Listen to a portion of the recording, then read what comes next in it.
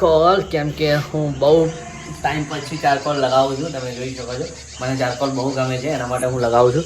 કેમ કે ચારકોલ લગાવવાનો મેન મકસદ એ છે ગાઈઝ કે આપણા જે બ્લેક અને વ્હાઇટ હેડ, જે બ્લેક હેડ અને વ્હાઇટ હેડ એ બંને વ્યવસ્થિત રીતના તમારા મોપણ હશે, તમારા મોપણ ઉપર હશે મારા જેમ. તો હું અમુક અંશે અમુક મહિને વીકલી અમુક ટાઈમે લગાવતું હોય છું, પણ કરીબન હમણાંથી 6 મહિનાથી મેં લગાવ્યું નથી.